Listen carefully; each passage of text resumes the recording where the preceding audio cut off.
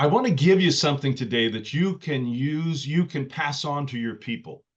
आज मैं आपको कुछ ऐसा देना चाहता हूँ जो आप अपने लोगों के साथ भी बाँट सकते हैं। And I am sure it will bless your saints. और मैं विश्वास करता हूँ कि आपके विश्वासियों को भी आशीषित रहेगा। And so I speak as one leader to other leaders, और मैं एक अगुवे होकर आप सब जो अगुवे हैं आपसे बात करता हूँ। and I'm pleased to introduce you to what I call the two sides of the cross. और मैं जो क्रूस के 2 भागों को के बारे में बाँटना चाहता हूँ। We are very, very familiar with one side of the cross. हम क्रूस के एक भाग के बारे में जानते हैं। That is the story of forgiveness and pardon, how Christ deals with our sin. और वो माफ़ी के बारे में एक कहानी है कि परमेश्वर हमारे पापों के साथ कैसे बर्ताव करते हैं। And it is a beautiful story of how Jesus pays a debt. और ये एक अद्भुत कहानी है कि यीशु हमारे दाम को कैसे चुकाया। Someone has said he pays a debt he did not owe. उसने हमारे कर्ज को चुकाया और रुका नहीं। And I owed a debt I could not pay. लेकिन मैं एक ऐसा कर्ज को चुकाया जो मैं चुका नहीं पाया था। And that is the side of the cross we are most familiar with, and it is beautiful. और क्रूस के इस भाग को हम जानते हैं और ये काफ़ी अद्भुत है। But a great deal of richness is lost. लेकिन क्रूस का एक और भी भाग है।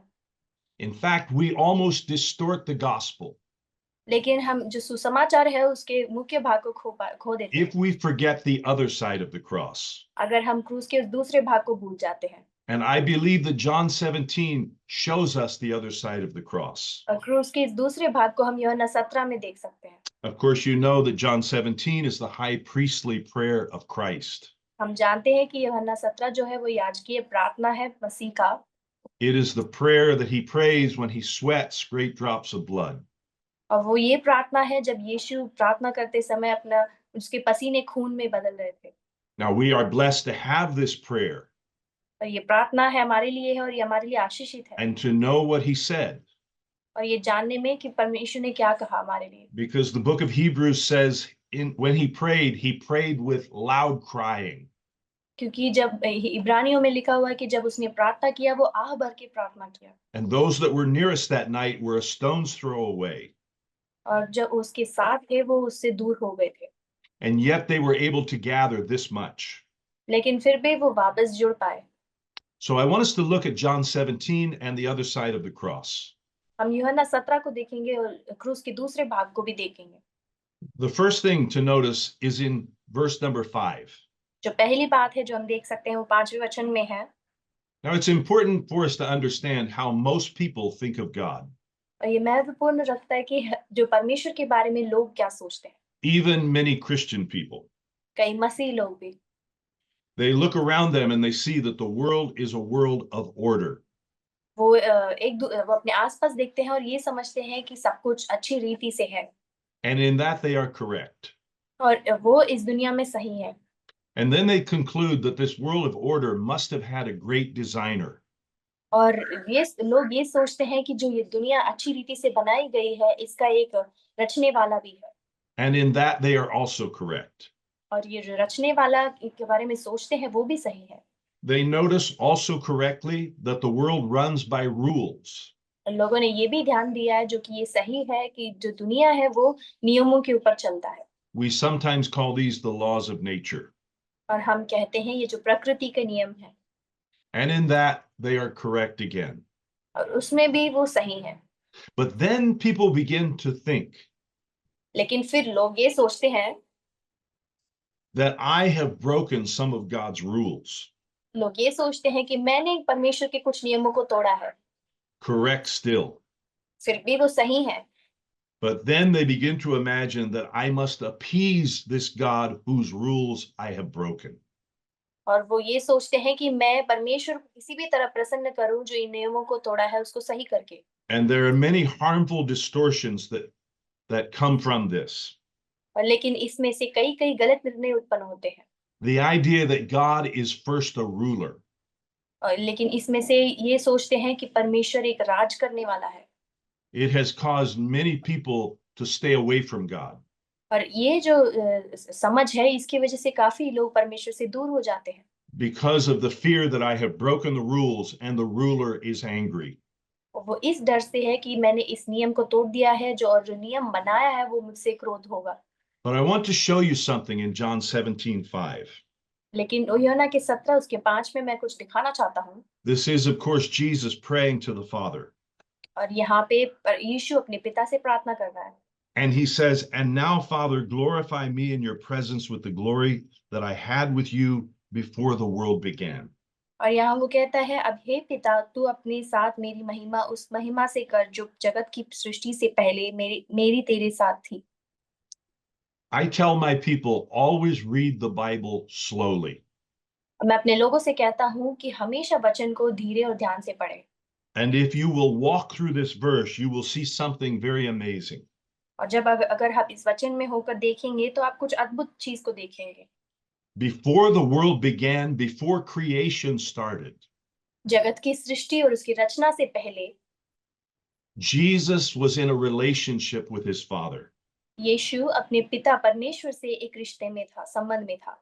And before God was a creator, he was a father. और जो परमेश्वर रचना सृष्टिकर्ता बनने से पहले वो एक पिता था।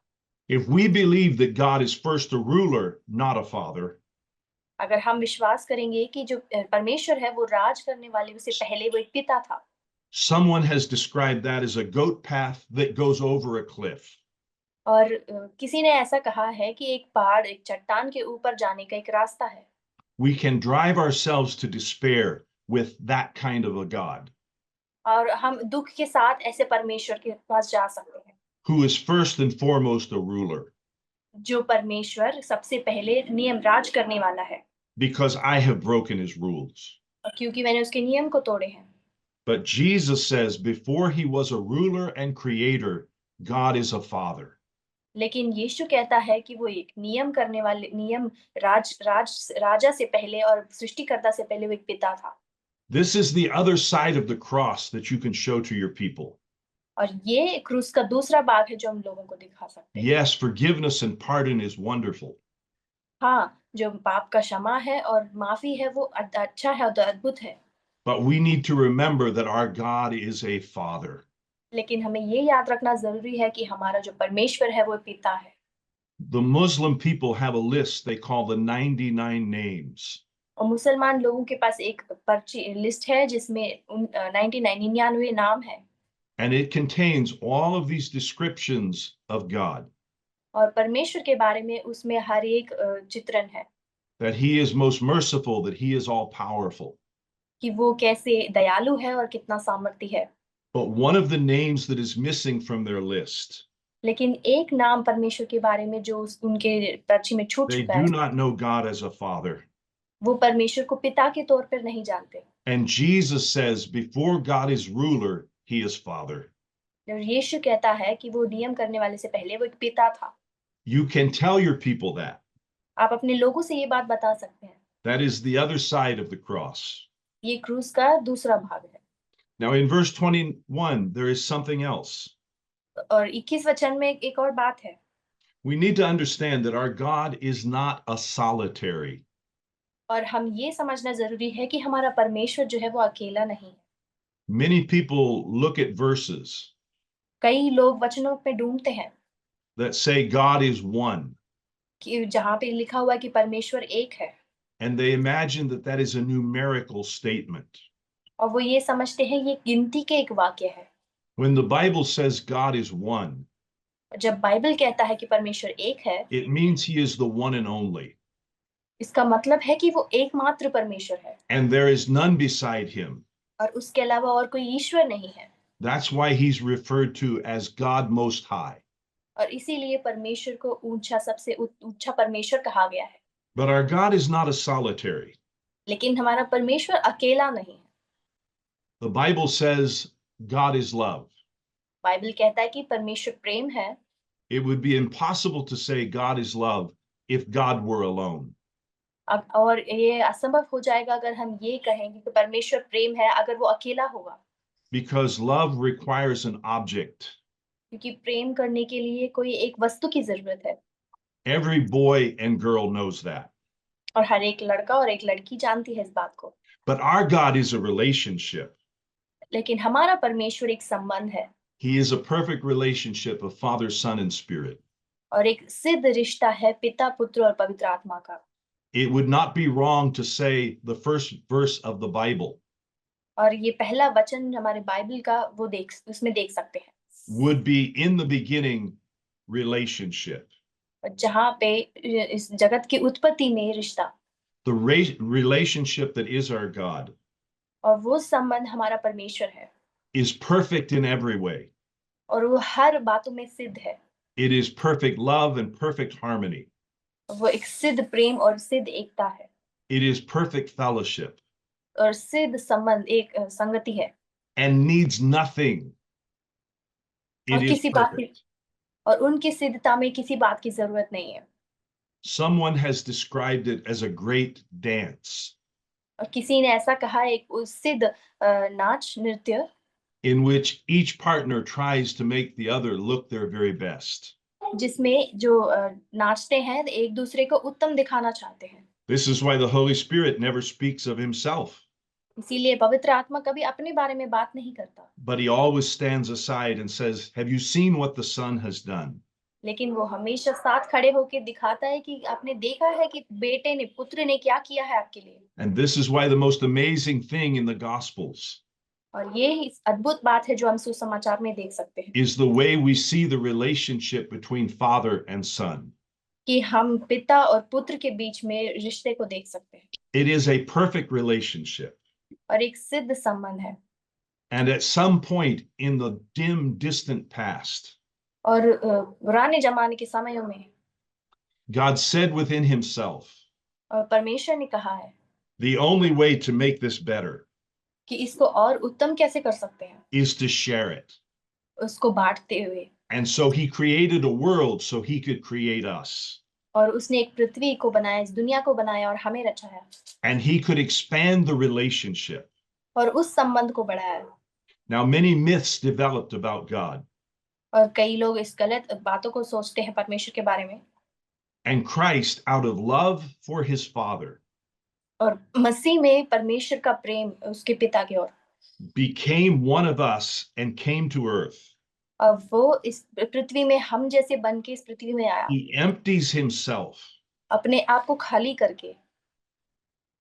He becomes God in human form.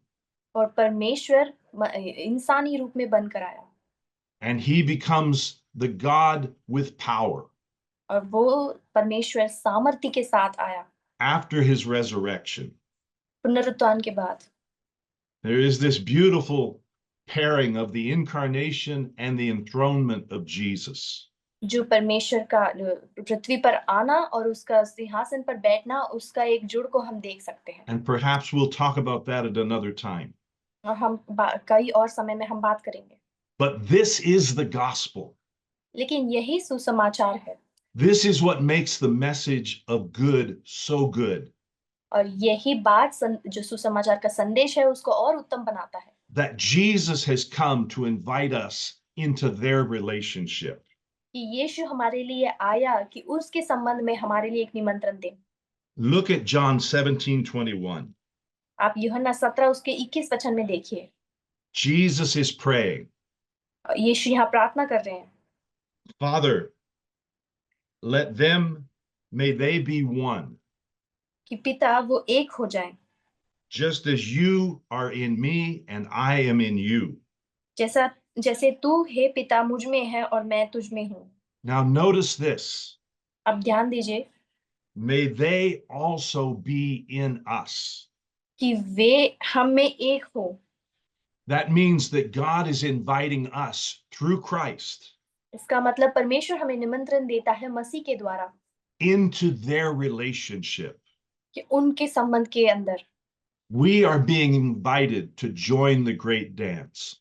उस संबंध में जुड़ने के लिए हमारे लिए एक निमंत्रण दिया गया है। It is not just a case of praying the sinner's prayer, ये सिर्फ एक पाप क्षमा की प्रार्थना ही नहीं, going to an altar, कि वेदी के पास जाना ही नहीं, trying to live well between Sunday to Sunday.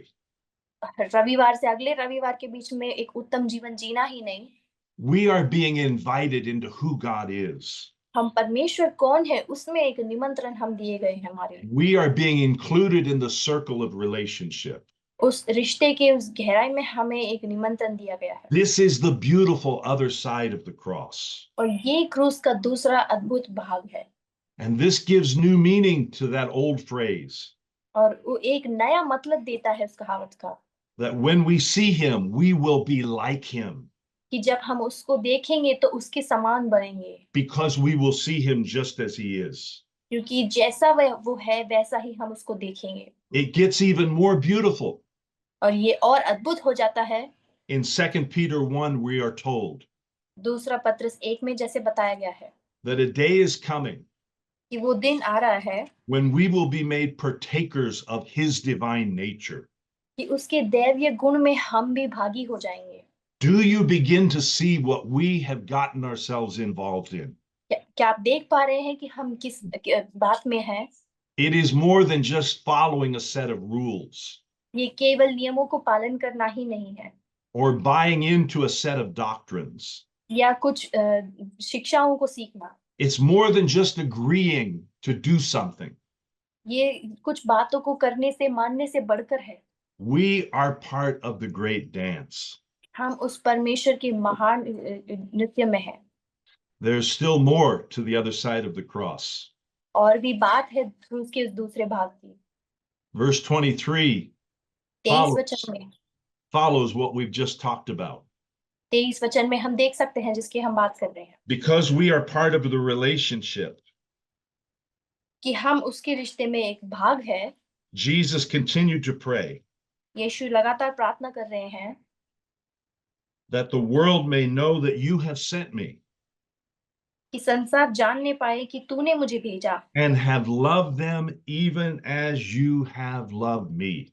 और जैसा तूने मुझसे प्रेम रखा वैसे ही उनसे प्रेम रखा। It is a beautiful and stunning reality और ये एक सुंदर सच्चाई है that the Father loves you with the same love that he has for his Son. कि पिता जैसे उसके पुत्र के लिए उसका प्रेम है उसी प्रेम के साथ हमसे प्रेम It करता is है। the same quality of love. उसी प्रेम की गहराई है। We live in a day when there is too much performance.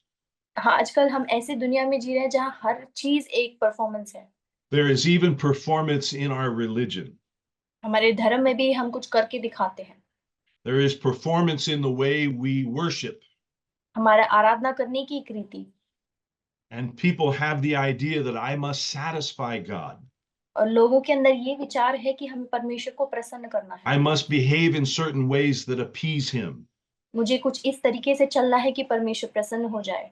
And when we think like that, और जब हम ऐसे सोचते हैं we are no different than the pagans who worship idols. हम उन अन्य जातियों से अलग नहीं हैं For they too must appease their gods. क्योंकि वो भी अपने परमेश्वरों को खुश करना चाहते हैं।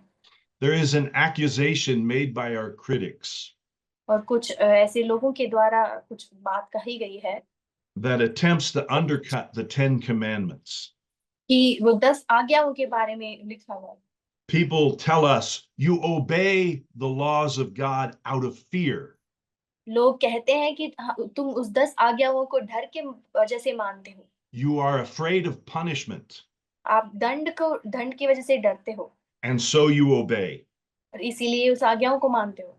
You wish to buy yourself a reward, तुम इनाम प्राप्त करना चाहते हो and so you obey the commandments. और इसीलिए तुम आज्ञाओं को मानते हो। But if you will look in Exodus 20, the first verse, अगर हम निर्गमन 20 का पहला वचन को देखेंगे, it says, I am the Lord who brought you out of slavery. वो कहता है कि मैं वो परमेश्वर हूँ जो तुम्हें गुलामी से लेकर आया हूँ। 19 chapters have gone by, 19 अध्याय उससे पहले बीत चुके हैं and God has done everything. और परमेश्वर ने सब कुछ किया है। He has delivered and fed and protected.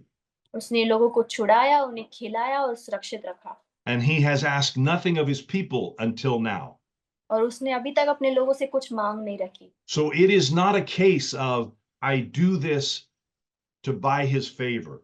इसीलिए हम ये नहीं कह सकते हैं कि कुछ उसके कृपा के द्वारा हम कर रहे हैं। It is not true that I obey in order to avoid punishment. और ये मतलब नहीं है कि मैं दंड को नहीं पाने के लिए आज्ञा मान रहा हूँ। I obey because he has already set me free. मैं उस आज्ञाओं को मानता हूँ क्योंकि उसने पहले ही मुझे छुड़ा लिया है। I am the Lord who brought you out of slavery. मैं परमेश्वर हूँ जो तुम्हें गुलामी से छुड़ा कर लाया। Comes long before the first commandment. वो 10 आज्ञाओं से पहले आता है। So here in the heart of the Old Testament, इसीलिए वो पुराने नियम के मध्य में हम देख सकते हैं the gospel is preached. कि सुसमाचार यहाँ प्रचार किया गया है। And we hear the other side of the cross. और वहाँ क्रूस के दूसरे भाग को भी देख सकते That हैं the Father loves you, कि पिता आपसे प्रेम करता है, not based on your performance. आपके जो कार्यक्रम है उसके द्वारा नहीं। He loves you based on Christ's performance. वो आपसे प्रेम करता है परमेश्वर के उस कार्य के द्वारा। And the Father has the same love for you that he has for the Son. और पिता के पास वही प्रेम है जो उसके बेटे के लिए है। There is one last thing I want you to see और एक आखिरी बात है जो मैं आपको दिखाना चाहता हूँ so that you can share with your saints. कि आप अपने लोगों के साथ बांट सकते हैं। It is the very last verse in chapter 17. और 17 के आखिरी वचन में हम देख सकते हैं। And all that we have said is reinforced in this verse. और सब कुछ जो उसने कहा है वो वापस इस वचन में लिखा हुआ है। It says, in order that the love you have for me may be in them, and that I myself may be in them. और उसमें लिखा हुआ है कि जो प्रेम तुझको मुझसे था वह उनमें रहे और मैं उनमें रहूं। Christ is talking about being in us. मसीह यहाँ बात कर रहा है हमारे अंदर वास करने के बारे में। Paul will say, Christ in you, the hope of glory. और पौलुस कहता है मसीह जो हमारे अंदर है वो महिमा की आशा है। Here is the final thing I want you to share with your people. और एक आखिरी बात यहाँ पर है जो मैं बांटना चाहता हूँ। That Jesus Christ is living his life not out in space. कि ये यीशु हम जो जी रहा है वो बाहर संसार में नहीं, not up in heaven, कि स्वर्ग में नहीं, but of all places, he chooses to live his life in you. वो हर जगह से बढ़कर हमारे अंदर वास करना चुनता है। Christ in you, the hope of glory. मसीह हमारे अंदर वो महिमा की आशा है। And it is not an exaggeration to say ये कोई बड़ाई करके नहीं बताते हैं that Jesus Christ is living his life as you. कि यीशु हमारे अंदर जैसे हम वास करते हैं वैसे वास कर रहा Where है। does Christ live? कहाँ वास करता He है? lives his life in you. वो हमारे अंदर अपने जीवन को जी रहा है। And so here we see the beautiful other side of the cross. और इसीलिए क्रूस के उस सुंदर भाग को हम देख सकते हैं That our God is a father before he's a ruler. कि हमारा परमेश्वर एक पिता है राजा से बनने से पहले। That you are included in the relationship. कि आप भी उस संबंध में जुड़े हुए हैं। And that the Father loves you with the same love he has for his Son. और पिता आपसे प्रेम करता है दूसरी प्रेम से जिससे वो बेटे से करता है। And finally, Christ is living his life in you. और आखिरी में मसीह अपने जीवन को आपके अंदर वास कर रहा है। He is living his life as you. और जैसे आप जी रहे हैं वैसे ही वो आपके साथ जी रहा है। So in telling the good news to your saints, और इसीलिए आप इस सुसमाचार को अपने विश्वासियों के साथ बांटिए। and to those that are without Christ and without hope, और जो मसीह के बिना आशा में जी रहे हैं, please remember याद रखिए the other side of the cross. क्रूस के दूसरे भाग को भी। Thank you. धन्यवाद।